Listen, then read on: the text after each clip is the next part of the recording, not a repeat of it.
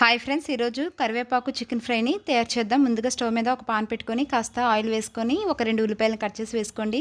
1 spoon అల్లం వెల్లుల్లి paste, 1 spoon కారము, 1 స్పూన్ పసుపు, 1 స్పూన్ ధనియాల పొడి, కాస్త గరం మసాలా వేసుకోండి. కాస్త ఫుడ్ కలర్ కూడా వేసుకోవాలి. 1 స్పూన్ ఉప్పు కూడా వేసుకొని పూర్తిగా కలిపి పెట్టుకోండి. ఇప్పుడు చికెన్ని శుభ్రంగా కడిగి పెట్టుకొని వేసుకొని పూర్తిగా కలిపి పెట్టుకోండి. ఇలా కలిపి పెట్టుకున్న దానిలోనే కాస్త జీడిపప్పులు కూడా వేసుకోండి. ఒక నిమ్మకాయని రసం తీసి వేసుకోండి.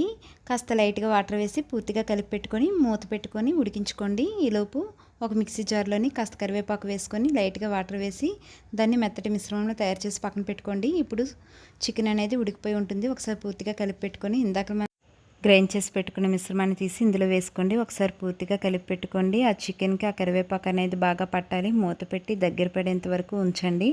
ఓపెన్ చేసి చూస్తే ఎంతో టేస్టీగా ఉండే కరివేపాకు చికెన్ ఫ్రై రెడీ అయిపోయింది. కాస్త కొత్తిమీర చల్లి పెట్టుకోండి.